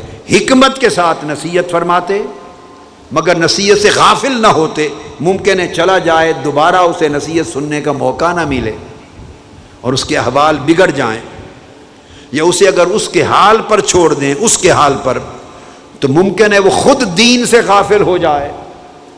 تو لوگوں کو ان کے حال پہ بھی نہیں چھوڑتے تھے کہ کہیں ان کے اپنے حال پہ چھوڑنے سے کہیں ان کے اندر دین کے معمولات میں غفلت نہ آ جائے۔ کچھ لوگ طبیعت میں انتہا پسند ہوتے ہیں، ان کو ان کے حال پہ چھوڑ دیں تو کہیں بہت زیادہ سختی نہ آ جائے، دین کے اندر تشدد نہ آ جائے، اور اتنی زیادہ عبادت گزاری یا سختی اور تشدد نہ کر دیں کہ الٹیمیٹلی طبیعت اکتا جائے۔ لہذا ہر شخص کو اعتدال پہ رکھنے کے لیے آقا نصیحت فرماتے۔ اگر کسی صحابی اور قاری کی جو مسجد میں امام ہے اس کے بارے میں خبر ملتی کہ اس کے پیچھے ضعیف لوگ بھی نماز پڑھتے ہیں، بچے بھی نماز پڑھتے ہیں، بیمار بھی پڑھتے ہیں، اور وہ اپنے ذوق میں لمبی لمبی صورتیں پڑھتا ہے، تو اس کو الگ سے سمجھا دیتے چھوٹی صورتیں پڑھا کرو، تمہارے پیچھے ضعیف، بوڑھے اور بیمار بھی کھڑے ہوتے ہیں اور بچے بھی کھڑے ہوتے ہیں۔ خود نماز پڑھا رہے ہوتے تو عورتیں بچوں کے ساتھ آتی مساجد میں اور بچوں کو بٹھا دیتی، اور اچانک آقا علیہ السلام نماز پڑھا رہے ہیں، آپ فرماتے ہیں میرا جی کرتا کہ آج لمبی سورت پڑھوں، اللہ کے کلام میں مشغول ہو جاؤں۔ اچانک کسی بچے کے رونے کی آواز آتی، پیچھے سے بچے کے رونے کی آواز آتی، آقا علیہ السلام اپنے شوق کو ختم کر کے سورتوں کو چھوٹا کر دیتے اور نماز جلد ختم کرتے، یہ سوچ کر کہ بچے کے رونے کی وجہ سے اس کی ماں پہ کیا بیت رہا ہوگا، اس کی ماں پریشان ہوگی، ماں تڑپ رہی ہوگی، اس کا رجحان ادھر نہیں ہوگا، وہ بےتاب ہوگی، نماز ختم ہو تو بچہ چیخ رہا ہے، تڑپ رہا ہے، اٹھاؤں، تو اس کے بچے کے چیخنے کی وجہ سے اور ماں کی اندر جو مامتا کے تڑپنے کی وجہ سے اپنی نماز چھوٹی کر دیتے۔ یہ نہیں کہ اپنے ذوق میں لمبی کرتے چلے جائیں، ان کا جو ہوتا ہے ہوتا رہے، ایسی طبیعت نہ تھی۔ جہاں اختصار کیا جا سکتا ہے، جس چیز کو چھوڑا جا سکتا ہے، وہ اللہ کے نبی تھے، وہ ان کا عمل خود شریعت بنتا تھا، ان کا عمل خود، وہ کسی اور شے کے پابند نہیں تھے، وہ جو کرتے وہی شریعت ہو جاتی۔ لمبا سورت کو، رکعت کو لمبا کر دیں وہ شریعت بن جائے، چھوٹا کر دیں وہ شریعت بن جائے، قرات کو طویل کر دیں وہ شریعت بن جاتی، بچے کے رونے کی وجہ سے مختصر کر دیں وہی سنت اور وہی شریعت بن جاتی۔ تو آقا علیہ الصلوۃ والسلام ایسے پیمانے وضع فرماتے امت کے لیے کہ جن پیمانوں کے ذریعے لوگوں کی عبادت گزاری میں بھی اعتدال آئے اور دینداری میں بھی اعتدال آئے اور دنیا داری میں بھی اعتدال آئے، اور ہر تعلق کو اعتدال کے ساتھ نبھایا جائے۔ ایسا نہ ہو کہ اللہ کے تعلق کو نبھاتے ہوئے انسانوں اور بیوی بچوں، رشتہ داروں اور کمزوروں اور اہل دنیا کے حقوق نظر انداز ہو جائیں، اور ایسا نہ ہو کہ دنیا کے حقوق اور واجبات نبھاتے ہوئے ایسا نہ ہو کہ اللہ کے حقوق نظر انداز ہو جائیں۔ توازن قائم فرماتے حقوق اللہ اور حقوق العباد میں، اور کبھی حد سے تجاوز کرنے نہ دیتے تھے۔ اور آقا علیہ الصلوۃ والسلام کسی شخص کو یہ موقع نہ دیتے کہ وہ حق کی ادائیگی میں کوتاہی کرے یا حق کے بارے میں تجاوز کرے، حد سے نہ کوتاہی کرنے دیتے نہ حد سے تجاوز کرنے دیتے، مگر یہ ساری تعلیم و تربیت اور نصیحت حکمت کے ساتھ، پیار کے ساتھ، محبت کے ساتھ، فکر کے ساتھ، درد مندی کے ساتھ، خیر خواہی کے ساتھ کرتے تھے۔ پھر آقا علیہ الصلوۃ والسلام کا معمول یہ بھی تھا کہ کچھ لوگ آپ کی بارگاہ میں بڑے مقرب تھے، جیسے آپ نے سنا سیدنا صدیق اکبر ہیں، سیدنا فاروق اعظم ہیں، مولا علی المرتضیٰ ہیں، عثمان غنی ہیں، عبداللہ ابن مسعود ہیں، اور بڑے صحابہ ہیں، ابی ابن کعب ہیں، کئی لوگ معتبر مقرب تھے۔ وہ مقرب کیسے بنتے تھے اس کا بھی ایک پیمانہ تھا، اس کا بھی ایک پیمانہ تھا۔ وہ جو صاحب علم ہوتا وہ مقرب ہوتا، جو زیادہ صاحب عمل ہوتا وہ مقرب ہوتا، جس کے اندر لوگوں کی خیر خواہی زیادہ ہوتی وہ مقرب ہوتا، جس کے اندر لوگوں کی غمخواری زیادہ ہوتی وہ آقا کا مقرب ہوتا، جو لوگوں کی مدد اور اعانت زیادہ کرتا، غریبوں، کمزوروں، محتاجوں کی، وہ آقا کا مقرب ہوتا، جس کے اخلاق بڑے عمدہ اور بڑی نرم طبیعت ہوتی وہ مقرب ہوتا، جو لوگوں سے مسکراتے ہوئے زیادہ ملتا وہ آقا کا مقرب ہوتا۔ تو جس شخص میں جتنی بھلائی، نیکی، اخلاق، خیر خواہی، علم اور عبادت اور انسانیت کی قدریں جتنی زیادہ ہوتی، آقا علیہ السلام اس کی اتنی حوصلہ افزائی فرماتے اور اپنا مقرب بناتے تاکہ اور لوگ بھی اس قرب کے لیے یہ خوبیاں اپنائیں۔ قرآن مجید نے کہا ان اکرمکم عند اللہ اتقاکم، اللہ کے ہاں بھی کچھ مقرب ہے، ایک قاعدہ ہے۔ لہٰذا یہ مقربیت کا اصول بھی اللہ کے ہاں اور اللہ کے رسول کے ہاں بھی اس طرح ہوتا ہے۔ پھر آقا علیہ السلام کے بارے میں ارشاد فرمایا، آپ سے پوچھا جب مجلس میں بیٹھتے تو پھر آقا کے اخلاق اور عادات کیا تھے؟ تو آپ نے ارشاد فرمایا جب آقا علیہ السلام مجلس میں بیٹھتے تو جتنے لوگ آپ کی مجلس میں بیٹھے ہوتے ہر ایک کی طرف توجہ فرماتے، اور ایسی توجہ فرماتے کہ ہر شخص سمجھتا کہ سب سے زیادہ توجہ مجھ پر ہے۔ سبحان اللہ، ہر شخص سمجھتا کہ سب سے زیادہ توجہ مجھ پر ہے، اور ہر شخص یہ خیال کرتا کہ میری طرف توجہ فرما کے مجھ سے خطاب فرما رہے ہیں، ہر شخص سمجھتا کہ مجھے نصیحت فرما رہے ہیں۔ اس طرح ہر ایک کی طرف دیکھتے تھے، اور ہر جلیس آپ کی مجلس میں ہر بیٹھنے والا یہ سمجھتا کہ مجھ سے بڑھ کر شاید حضور کو کوئی اور عزیز نہیں ہے، ہر شخص سمجھتا سب سے زیادہ شفقت مجھ پر ہے۔ یہ آقا علیہ السلام کے اخلاق حسنہ کی خاص بات تھی۔ اور پھر یہ بھی آپ کے اخلاق حسنہ میں سے تھا کہ جب آپ کہیں جا رہے ہیں تو حاجت مند آ جاتے، رستے میں مل جاتے، تو جو آپ کو پکڑ لیتا تو آقا علیہ السلام اس کے لیے کھڑے ہو جاتے، ہاتھ چھڑا کے جاتے نہیں تھے، جب تک وہ اپنا سوال اپنی حاجت بیان کرتا رہتا آقا علیہ السلام کھڑے ہو کر صبر سے شفقت کے ساتھ اس کی بات سنتے رہتے، جب اس کی ساری بات ختم ہو جاتی تب چلتے۔ اگر کسی سے مسافہ کرتے، حتیٰ کہ بچوں کے ساتھ بھی چلتے ہوئے گلیوں میں، تو باری باری بچے مسافہ کرنے لگ جاتے، مسافہ اور قطار لگ جاتی، تو بچوں کے مسافہ کے لیے بھی جتنی دیر لگ جاتی آقا کھڑے رہتے، یہ نہیں کہ بچے ہیں چھوڑ کے چلے جائیں، نہیں، سارے بچوں کا مسافہ ختم ہوتا تو پھر آگے چلتے۔ یہ شفقت کا عالم تھا۔ اور کئی بچے قریب آتے چاہتے تو ان کی گالوں پہ ہاتھ لگا کے اس طرح پیار فرماتے، کئیوں کے سروں پہ دست شفقت پھیرتے۔ وہ جو بچے تھے جن کے سروں پہ آقا کے ہاتھ لگے، مبارک دست اقدس لگے، وہ بوڑھے ہو کر کہتے ہیں کہ ہماری زندگی 80 90 100 سال کی ہو گئی، جن بالوں پر حضور کا ہاتھ لگا تھا وہ بال آج تک سیاہ ہیں، جن پر آقا کے دست مبارک لگے تھے وہ نورانی چہرے ہو گئے، اور جن کئی ایسے بھی تھے کہتے بچپن میں آقا نے اپنا ہاتھ میرے سر پہ پھیرا تھا، میں نے زندگی میں پھر وہ بالوں کا حصہ کٹوایا ہی نہیں ہے۔ پھر یہ تعلق تھا ان کا آقا علیہ السلام کے ساتھ، یہ تعلق تھا۔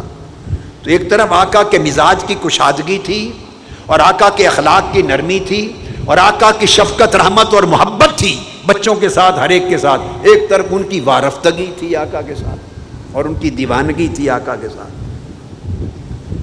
تو اس وقت تک جڑے رہتے اس شخص سے جب تک وہ حاجت پوری بیان نہ کر لے، اور جب کسی کی حاجت فوری طور پہ پوری کرنے کے قابل ہوتی تو آقا علیہ السلام اپنا کام چھوڑ کے اس کی حاجت پوری کرتے۔ حتیٰ کہ کئی بار ایسا ہوتا کہ مسجد میں نماز کا وقت ہے، مصلی پر کھڑے، نماز شروع کرنے لگے تو مسجد کے باہر سے کوئی ایک بدو یا کوئی ایک اعرابی یا کوئی سائل منگتا، حاجت مند غریب آ کے آواز دیتا، یا محمد صلی اللہ علیہ وآلہ وسلم، آواز دیتا، میں بھوکا ہوں، میرے بچے بھوکے ہیں، کھانے کا کچھ نہیں، کچھ دو۔ آقا علیہ السلام مصلی چھوڑ کے مسجد سے باہر چلے جاتے اور اس کی حاجت روائی کرتے۔ وہ کہتا مجھے اتنا کچھ چاہیے، آپ اس کو بکریاں جو کچھ وہ مانگتا اس کو دے کے روانہ کرتے۔ کئی لوگ آقا کی طبیعت کے اسی فراخی کو اور آقا کے اسی جود و سخا کو دیکھ کے مسلمان ہو جاتے، اور کئی غیر مسلم تھے وہ آقا کی بارگاہ میں آتے تو یہ بھی نہ دیکھتے سخاوت کرتے ہوئے کہ یہ مسلمان ہے یا غیر مسلم، حاجت مند ہے، غریب ہے، پریشان حال ہے، اس کی مدد کرتے، اتنا کچھ دے دیتے۔ وہ واپس جا کے اپنے قبیلے کو کہتا کہ محمد صلی اللہ علیہ وسلم اتنا دیتے ہیں کہ پیچھے کیا بچا ہے کیا نہیں اس کی فکر ہی نہیں کرتے۔ تو حضور کے اسی رویے کو دیکھ کر کئی کلمہ پڑھ جاتے، آقا کے اخلاق کو دیکھ کر کئی مسلمان ہو جاتے، اور ہر شخص محسوس کرتا چھوٹی عمر کا کہ آقا علیہ السلام کے رویے سے کہ میرے باپ ہیں۔ یہ خاص خوبی تھی ہر شخص محسوس کرتا میرے باپ ہیں. والدین سے بھی اتنی شفقت نہ ملتی جو آقا کی بارگاہ سے ملتی تھی.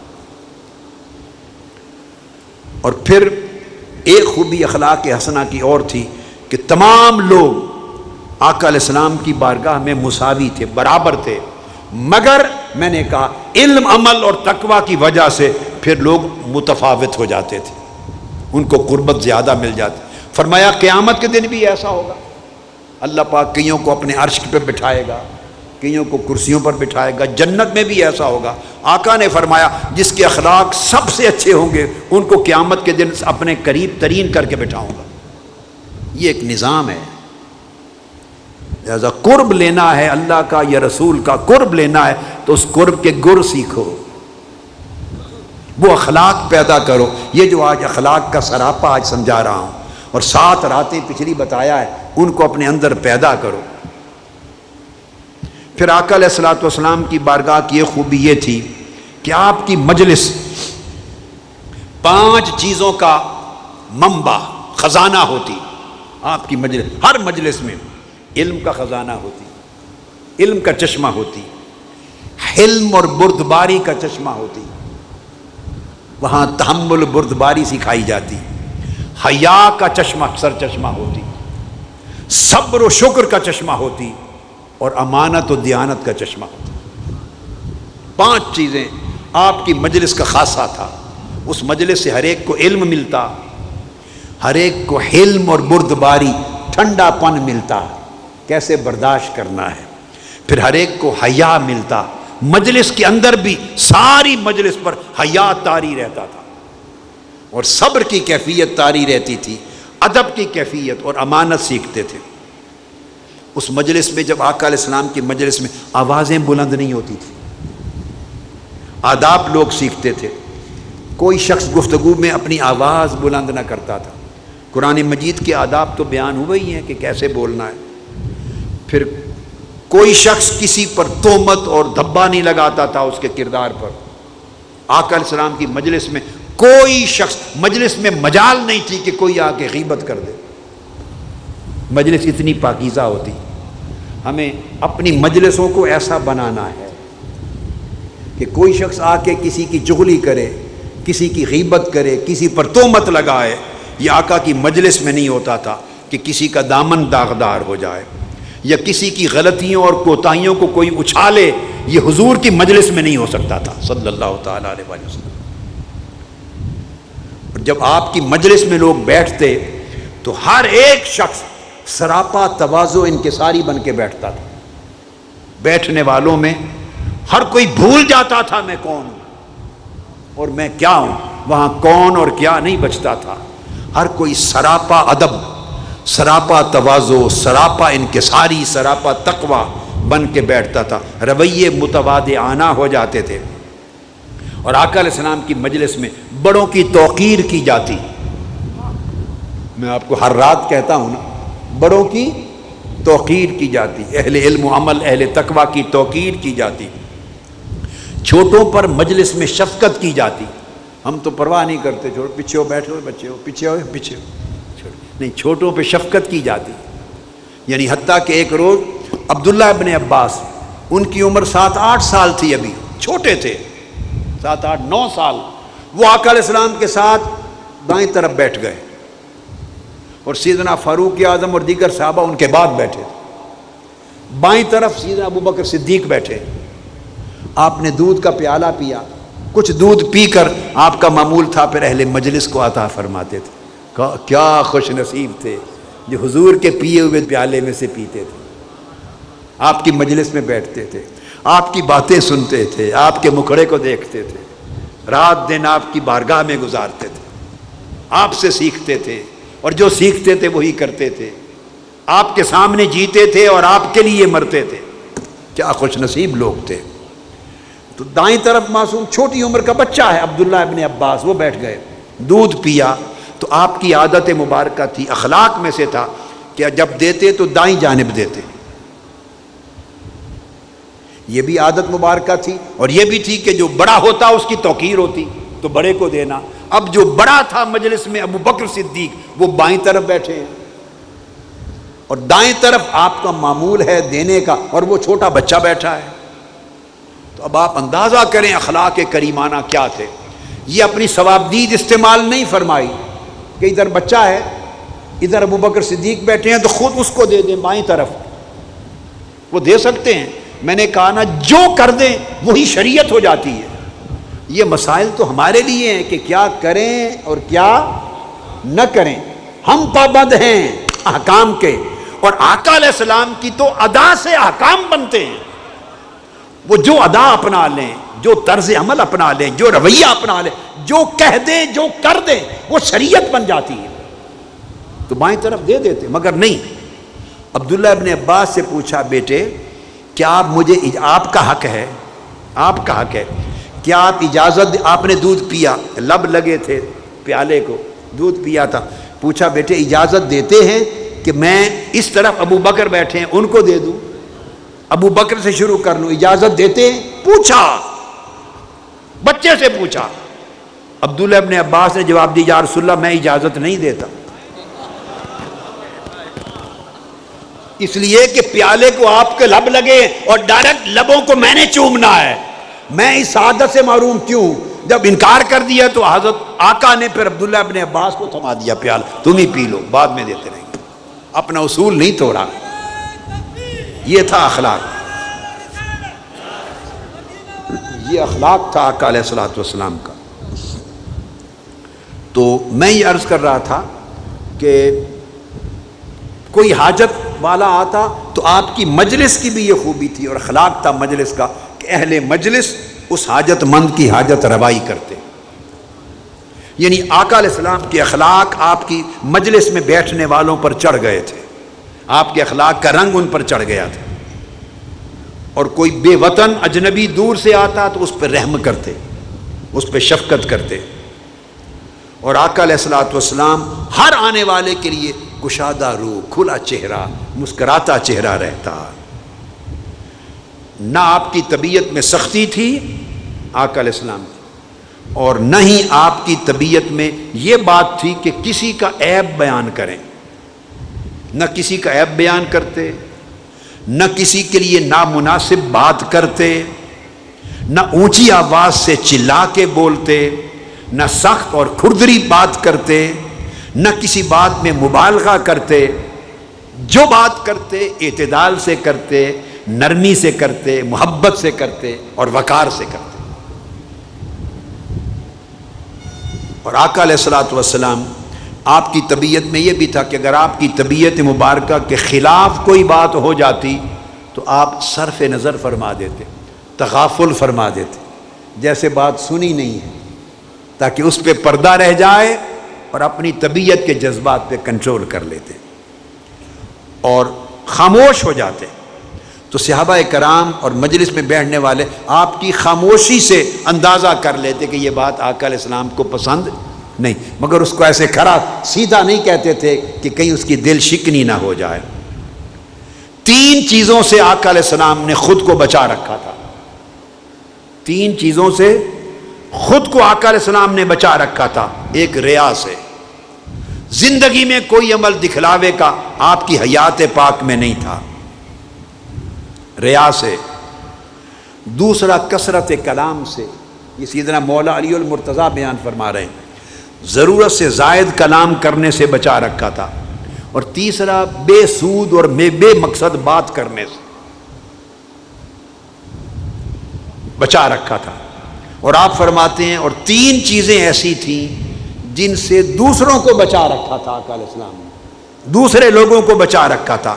ایک مذمت سے، کسی کی مذمت نہ فرماتے، اور کسی کو اس کی برائی کوتاہی پہ آر نہ دلاتے، شرمندہ نہ کرتے، اور کسی کا عیب تلاش نہ کرتے، ہر ایک کے عیب پہ پردہ ڈالتے، کسی کی مذمت نہ فرماتے، کسی کے عیب پر اسے شرمندہ نہ کرتے، اور کسی میں عیب تلاش ہی نہیں کرتے تھے، ہر ایک پر پردہ ڈالتے، اور جو کلام کرتے وہ کلام خیر کی امید کے ساتھ کرتے۔ آپ کی حیات پاک میں کسی بات میں مایوسی نہ ہوتی، جب آپ کلام کرتے سب اہل مجلس سر جھکا کے بیٹھ جاتے جیسے ان کے سروں پر پرندے بیٹھے ہیں، اور جب کلام ختم ہوتی، کوئی ایک شخص بھی آپ کی مجلس میں اگر بات کر رہا ہوتا تو دوسرے لوگ آقا علیہ السلام کی مجلس میں ایک شخص کی بات کو کاٹ کر بات نہیں کرتے تھے۔ ایک بات کر رہا ہے تو دوسرے اہل مجلس خاموشی سے سنتے، یہ آداب مجلس تھے۔ یعنی آقا علیہ السلام کا رنگ مجلس پہ چڑھ گیا تھا، اور آپس میں جھگڑتے نہیں تھے لوگ۔ یہ میٹنگز کے آداب ہیں، یہ میٹنگز کے آداب ہیں۔ ایک دوسرے کی بات کو کاٹتے نہیں تھے، اپنی باری پر ہر اہل مجلس اپنی بات کہہ دیتا ادب کے ساتھ۔ پھر دوسرے کی بات آتی، وہ اس پر طعن و تشنیع نہ کرتا، اس کی بات کو نہ کاٹتا، وہ اپنے موقع پر اپنی باری پر اپنی بات کہہ دیتا۔ تیسرا شخص اپنی باری پر اپنی بات کہہ دیتا، اور ایک دوسرے پر کوئی چیختا نہیں تھا، ایک دوسرے کی بات کو کاٹتا کوئی نہیں تھا، اور ایک دوسرے کے کلام کی بے قدری اور توہین کوئی نہیں کرتا تھا، اور نزاع کا ماحول نہیں پیدا کرتا تھا کوئی۔ جب دوسرا اپنی بات کر کے فارغ ہو جاتا، خاموش ہو جاتا، تب اگلا آدمی کلام کرتا۔ یہ آقا علیہ السلام کی مجلس کا ادب اور طریق تھا۔ اور آقا علیہ السلام کے اخلاق حسنہ میں یہ چیز بھی تھی کہ کوئی بات کوئی شخص کرتا اور دوسرے ہنستے تو آپ ان کی دلجوئی کے لیے خود بھی ہنستے، مسکراتے۔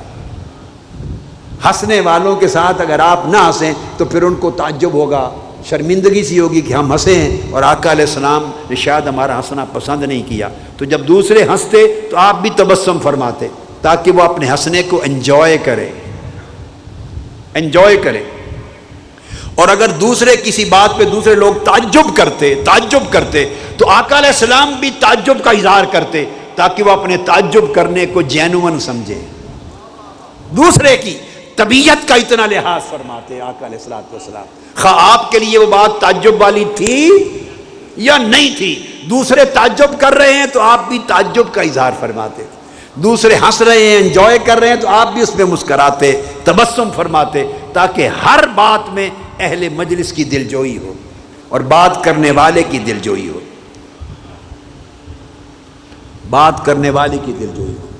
یعنی آپ اس طرح اپنی اہل مجلس کے جذبات کے ساتھ اور ان کے احساسات کے ساتھ شریک رہتے، آئسولیٹ نہ کرتے، کٹ آف نہ کرتے، ان کے ساتھ شریک رہتے۔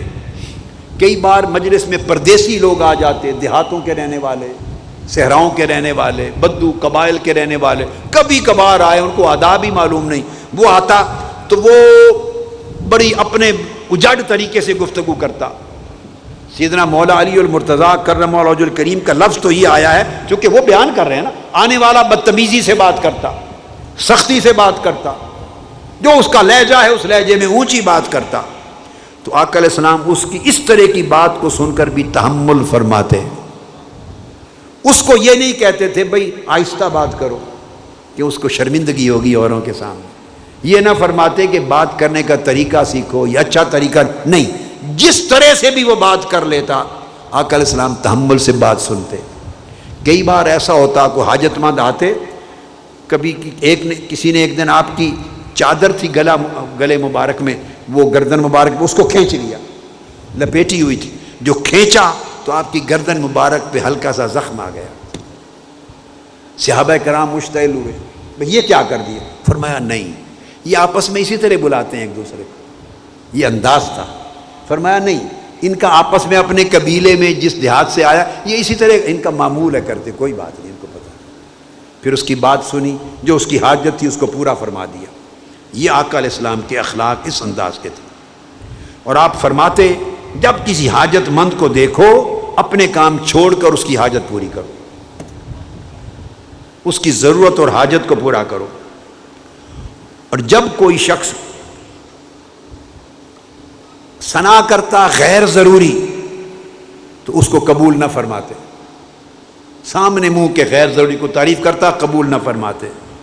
ہاں اگر کسی نے بھلائی کی یا احسان کیا ہے تو اس احسان کے بدلے میں بطور تشکر شکریہ کے طور پہ کوئی ثنا کے تعریف کے چند کلمات کہتا تو توازن کے اندر حد کے اندر اسے قبول فرماتے کہ یہ ٹھیک ہے انداز، تجاوز نہ کرنے دیتے۔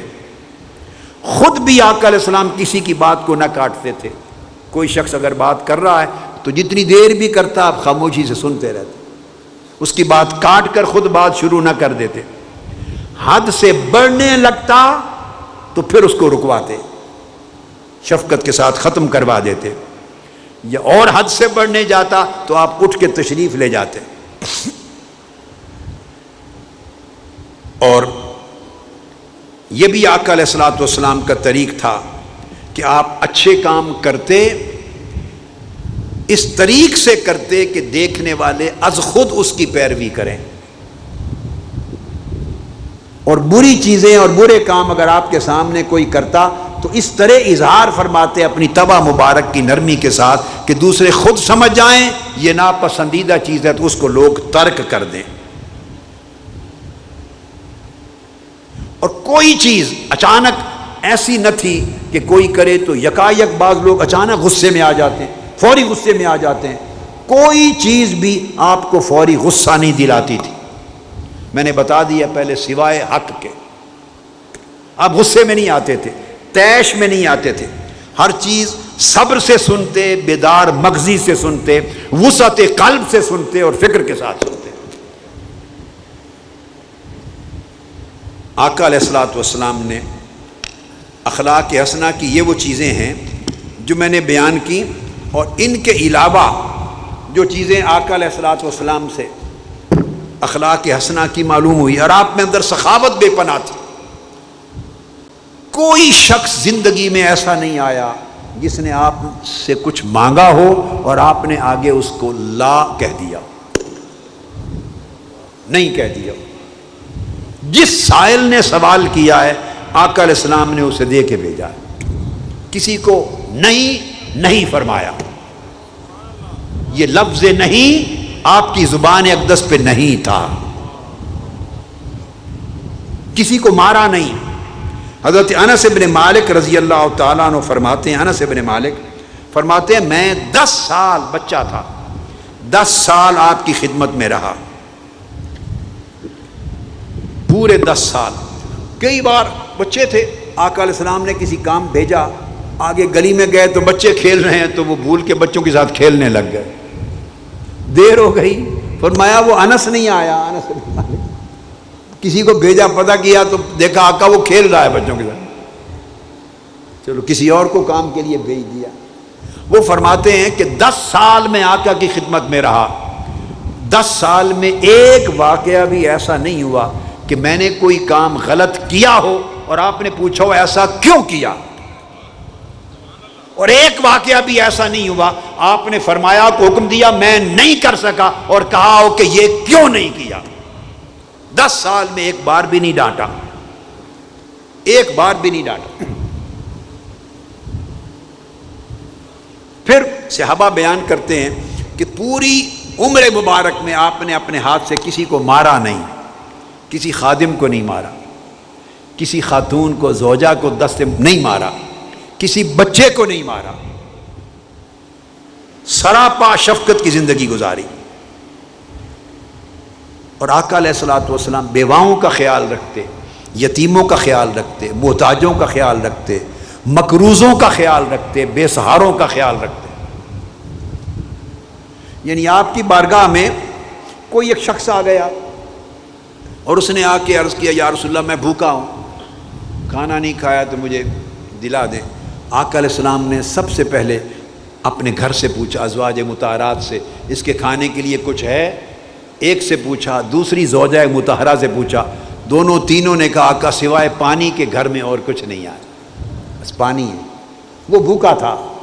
تو پھر آقا علیہ السلام نے ایک صحابی سے پوچھا، صحابہ کرام سے، تم میں سے کسی کے گھر میں ہو تو ہمارا مہمان ہے، ہمارا مہمان ہے، لے جاؤ اس کو کھانا کھلاؤ۔ ایک صحابی گھر لے گیا، اس نے جا کے بیوی سے پوچھا گھر میں کچھ ہے؟ اس نے کہا تھوڑا سا کھانا ہے صرف بچوں کا، بچوں سے زائد نہیں ہے۔ اس نے کہا ٹھیک ہے کوئی بات نہیں، بچوں کو سلا دو، ان کو بہلا کے سلا دو، کپڑا ڈال دو، اور ہمارے لیے بھی نہیں ہے تو مہمان چاہے گا ہم بھی کھائیں تو دیا بجھا دو، اندھیرا کر دو۔ اس کو کھانا دے دیا، مہمان کھانا کھاتا رہا اور خود برتنوں میں آواز کرتے رہو تاکہ وہ سمجھے کہ ہم بھی ساتھ کھا رہے ہیں، شرمندہ نہ ہو۔ وہ مہمان سمجھتا رہا یہ بھی ساتھ کھا رہے ہیں، اور کھانا نہیں کھا رہے تھے، بس ایسی پلیٹیں ہلا رہے تھے۔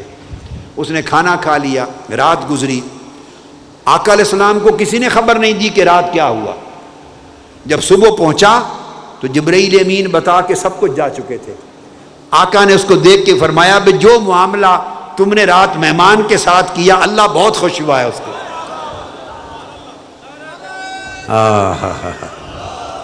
جو معاملہ تم نے مہمان کے ساتھ رات کیا تم نے اور تمہاری بیوی نے، اللہ بڑا خوش ہوا ہے اس کو، تمہارے کام پر اللہ بڑا خوش ہوا ہے۔ ان چیزوں کی اس طرح حوصلہ افزائی فرماتے۔ سخاوت کا عالم یہ تھا کہ اگر آپ کی خدمت میں کچھ پیش کر دیا جاتا تو اسے تقسیم کر کے ہی اٹھتے تھے، گھر نہیں لے جاتے تھے۔ ایک مرتبہ 70,000 درہم کسی نے آقا علیہ السلام کی بارگاہ میں رکھ دیے، ہدیہ دے دیا۔ 70,000 درہم آپ نے چٹائی پہ رکھوا دیا اور کہا بلال کو جاؤ مدینہ کے حاجت مندوں کو بلا لاؤ۔ سارے غربا، مساکین، یتامہ، حاجت مند آ گئے اور آقا علیہ السلام نے 70,000 درہم سارے ختم کر دیے۔ جود و سخا کا یہ عالم، تقسیم کر دیے۔ جب سارے پیسے تقسیم ہو چکے اور کچھ نہیں بچا تو اس کے بعد ایک شخص آقا علیہ السلام کی بارگاہ میں آیا بعد میں، اور اس نے مانگا آقا میں مقروض ہوں، پریشان حال ہوں، مجھے ضرورت ہے، کچھ عطا کریں۔ آقا علیہ السلام نے اسے یہ نہیں فرمایا کہ پیسے ختم ہو گئے، اس کو فرمایا ما عندی شیء ولکن ابتع علی فاذا جاءنا شیء قضینا، جا بازار میں جو جو چیز تمہیں چاہیے میرے نام پہ ادھار خرید لے، جب پیسے آئیں گے ہم ادھار ادا کر دیں، جو جو چاہیے خرید لے، جو چاہیے خرید لے۔ تو آقا علیہ الصلوۃ والسلام کسی سائل کو، کسی حاجت مند کو خالی نہیں موڑتے تھے، خالی نہیں موڑتے تھے۔ اور جب گفتگو فرماتے آقا علیہ الصلوۃ والسلام تو اتنے تحمل کے ساتھ گفتگو فرماتے کہ کوئی شخص اگر آپ کے الفاظ اور کلمات کو گننا چاہتا تو گن سکتا تھا، چونکہ پڑھے لکھے بھی تھے، اس میں ان پڑھ لوگ بھی بیٹھتے تھے، اس میں دیہاتی بھی بیٹھتے تھے، ہر سطح کے لوگ بیٹھتے۔ اتنے تحمل سے، بردباری سے کلام فرماتے کہ کوئی آپ کی کلام کی اخلاق یہ تھے اور عادت یہ تھی اور خوبی یہ تھی کہ کوئی کلمات الفاظ کو گننا چاہتا تو گن لیتا۔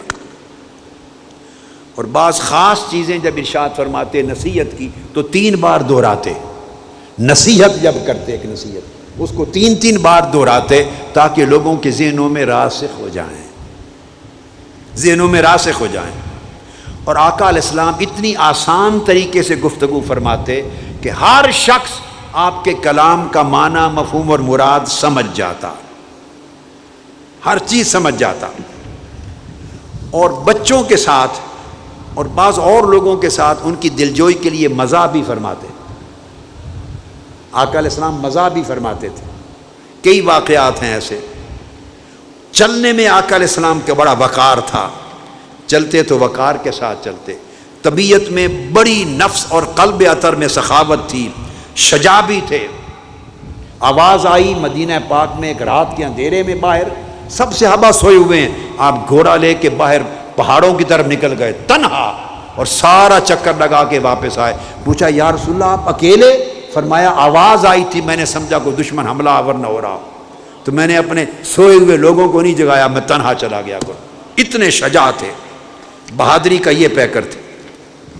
امت کے لیے ہر وقت آقا علیہ السلام غمزدہ رہتے، اپنے صحابہ کے لیے، اپنے اہل مجلس کے لیے، امت کے لیے۔ یہ غمزدگی، ہر وقت غمزدہ رہنا، فکر مند رہنا، بہی خواہ رہنا، ہمدرد رہنا، یہ ایمان کا تقاضا اور آقا علیہ السلام کی سنت ہے اور آپ کے اخلاق کا حصہ۔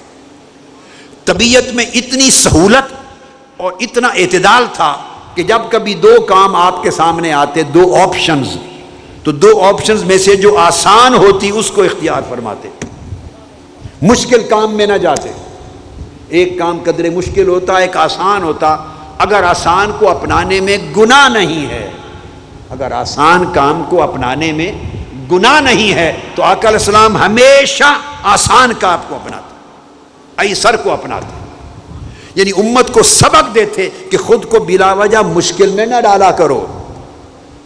مشکل میں جو ہر رات ساری رات قیام کرتے تھے صحابہ آقا علیہ السلام نے ان کو منع کیا کہ ہر روز روزے رکھتے تھے، منع کیا کہ ساری رات قیام نہ کیا کرو، تمہارے نفس کا تم پہ حق ہے، تمہاری بیوی کا تم پہ حق ہے، اللہ کے حق کے ساتھ ہر روز روزہ نہ رکھا کرو، منع کیا۔ تو بعض صحابہ نے اجازت مانگ لی، جب بڑھاپا آیا تو آپ نے اجازت ان کے اصرار پر دے دی، تو وہ کہا کرتے تھے کاش میں نے آقا کی نصیحت پہ عمل کر لیا ہوتا، آج مجھے نہ یہ سمجھ آتی ہے کروں یا یہ سمجھ آتی ہے۔ تو ہمیشہ آقا علیہ السلام امت کو آسانی کی ترغیب دیتے، اعتدال کی ترغیب دیتے، مشکل سے بچاتے، ہر عمل جو بھی ہوتا آسان عمل کو اختیار کرنے پر ترجیح دیتے۔ پھر آپ کی طبیعت مقدسہ میں اور آپ کے مزاج کے ساتھ تعلیمات میں تواضع اور انکساری سے محبت فرماتے، فخر اور عجب اور استکبار اس کو مذموم جانتے، خود بھی تواضع اور انکساری۔ آقا علیہ السلام فرماتے پاؤں پھیلا کے مت بیٹھا کرو، نہ آقا خود مجلس میں پاؤں پھیلا کے بیٹھتے، اس طرح بیٹھتے فرماتے کہ جیسے غلام بیٹھتا، میرا بیٹھنا غلاموں کا بیٹھنا، اللہ کے حضور شان عبدیت کے ساتھ بیٹھتے۔ تو تواضع کو آقا علیہ السلام نے ہمیشہ اپنایا، اور حیا آقا علیہ السلام نے اتنا تھا کہ صحابہ کرام کہتے ہیں کہ کسی ایک کماری تو شیزہ میں بھی اتنا حیا نہیں جو آقا علیہ السلام کی حیات پاک میں حیا تھا۔ حیا تھا، کوئی چیز ناپسند فرماتے تو اس کی ناپسندیدگی کے لیے لفظ بھی نہ بولتے، آپ کے چہرے کے جو حیادار چہرہ تھا اس کے تاثرات سے پتہ چلتا کہ حضور کی طبیعت کو یہ بات ناگوار گزری ہے۔ دوسرے کا بھی اتنا حیا فرماتے کہ اس کی دل شکنی بھی نہ ہو۔ اور آپ کے اخلاق حسنہ اور معمولات طیبہ میں سے تھا جب کوئی مریض ہو جاتا تو اس کی عیادت کو جاتے، اور عیادت کے لیے ترجیح دیتے پیدل جانا۔ اب لمبے سفر ہیں تو آف کورس آدمی گاڑی پہ جائے گا، وہ سفر چھوٹے تھے، مگر چھوٹا سفر ہوتا تو پیدل جانے کو ترجیح دیتے، مگر عیادت کرنے جاتے جب اس بیمار کی بیماری کو تیسرا دن ہوتا تو اسے مریض تصور کرتے، پھر اس کی عیادت کے لیے تشریف لے جاتے آقا علیہ الصلوۃ والسلام۔ پھر آقا علیہ السلام باندیوں اور غلاموں پر شفقت کرتے۔ ایک باندی تھی دیوانی، لونڈی تھی، دیوانی تھی، وہ آقا علیہ السلام کا ہاتھ پکڑ لیا اس نے، اور کئی بار ایسا کرتی، پکڑ کے کہتی، اس کے کئی کام تھے، اس کا کام کرنے والا کوئی نہیں تھا، سارے شہر مدینہ میں آقا علیہ السلام کو گھماتی۔ ایک دن تو آپ نے اپنے جوتے مبارک جوڑے بھی نہیں پہنے تھے، اس نے پکڑ لی اور مدینہ پاک میں ننگے پاؤں آقا اس کے ساتھ گھومتے رہے، جتنے کام اس نے کہے آقا علیہ السلام نے کر دیے۔ پھر جب اس کے کام ختم ہو گئے تو واپس پلٹ کے آئے۔ باندیوں پر اتنی شفقت کرتے۔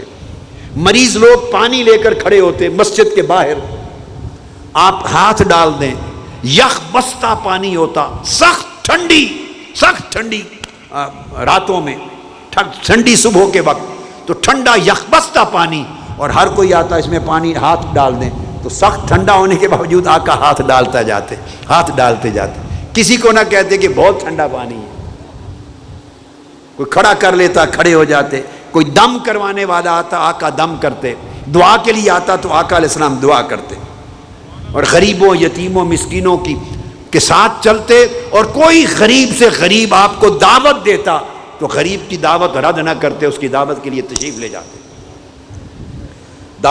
تشریف لے جاتے، اور چھوٹوں پر رحم فرماتے، اور اپنے گھر والوں کی گھریلو امور میں مدد فرماتے، حکم نہیں دیتے تھے، ان کے معاون ہوتے، گھر والوں کی ضروریات کا خیال رکھتے، اور ان کا کام کاج میں ہاتھ بٹاتے۔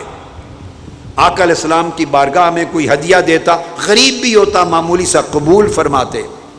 صحابہ کو تعلیم کرتے کہ اگر رستوں میں بیٹھو تو نگاہ کو نیچے رکھا کرو، رستوں میں بیٹھو تو مظلوم نظر آئے تو اس کی مدد کیا کرو، اور صحابہ کرام کے درمیان بھائی چارہ پیدا کرتے، ہر وقت اس کی فکر رہتی، صحابہ کو بھائی بناتے، حاجت مند کو اہل ثروت کے ساتھ ملاتے، تاکہ سارے لوگ اجتماعی تکافل کی شکل میں اور باہمی تعامل اور تعاون کی شکل میں ایک دوسرے کی مدد کریں۔ اور جب کسی جگہ آقا تشریف لے جاتے، کسی کے گھر بلانے پر یا کسی مجلس میں، تو آقا علیہ السلام فرماتے السلام علیکم ورحمۃ اللہ، خود اور اس پر سلام کرتے. اگر جواب نہ آتا تو ناراض نہ ہوتے، سمجھتے کہ شاید انہوں نے سنا نہیں، دوبارہ سلام کرنا. ضرورت پڑتی تو تیسری مرتبہ بھی سلام کرتے، تیسری مرتبہ بھی جواب نہ آتا تو ناراض نہ ہوتے، خاموشی سے واپس تشریف لے آتے. یہ عالم تھا. سلام نہ آتا، جواب تو واپس تشریف لے جاتے. کسی سے ملنے اس کے گھر جاتے مریض کی عیادت کے لیے یا اس کی دعوت پر گھر تشریف لے جاتے تو دروازہ نوک کر کے اس کے دروازے کے سامنے کھڑے نہ ہوتے. ممکن ہے کوئی خاتون نکل آئے اندر سے، سامنے کھڑے نہ ہوتے، دروازے کی دائیں جانب یا بائیں جانب ہٹ کر کھڑے ہوتے تھے دروازے کے سامنے. یہ حیا کا عالم تھا. بچوں سے بھی ملتے تو آقا علیہ السلام سلام کرتے، اور خواتین کا اگر مجلس ہوتی تو گزرتے ہوئے ان کو بھی سلام کرتے. اور جب گزرتے صحابہ ملتے یا بچے ملتے سلام بھی کرتے، ان کے ساتھ دونوں ہاتھوں سے مصافحہ کرتے. پڑوسیوں کا خیال رکھتے آقا علیہ السلام، جو چیز بنتی پڑوسیوں کو بھیجتے، پڑوسیوں سے بھلائی کرنے کی تلقین کرتے، اس حد تک کہ بعض اوقات صحابہ سمجھتے کہ شاید انہیں ہماری وراثت میں بھی حصہ دار بنا رہے ہیں. لوگوں کو اذیت دینے سے آقا علیہ السلام منع فرماتے، اذیت سے منع فرماتے کہ کوئی کسی کو اذیت نہ دے. یتیموں کی کفالت فرماتے، اور یتیموں کی کفالت کرنے والے کو فرماتے کہ یتیموں کی کفالت کرنے والا جنت میں میرے ساتھ اس طرح ہوگا جیسے دو انگلیاں اکٹھی جڑی ہوئی. اور رستے سے گزرتے کوئی پتھر، کوئی ہڈی، کوئی کانٹا پڑا ہوتا اپنے دست مبارک سے اسے ہٹا دیتے، رستہ خود صاف کر دیتے. اور منع کرتے کہ جب لوگ بھوکے ہوں تو کھانے کو جوڑ کے سنبھال کے نہ رکھا کرو، خزانہ نہ کیا کرو. جب کبھی غربت اور مشکل کا وقت آتا تو قربانی کا گوشت بھی ہوتا تو فرماتے کہ 3 دن تک جمع کرنا منع ہے، سارا ضرورت مندوں کو کھلا دو. جب پریشانی کا وقت ٹل جاتا پھر لوگوں کو اجازت دیتے کہ رکھ لیا کرو.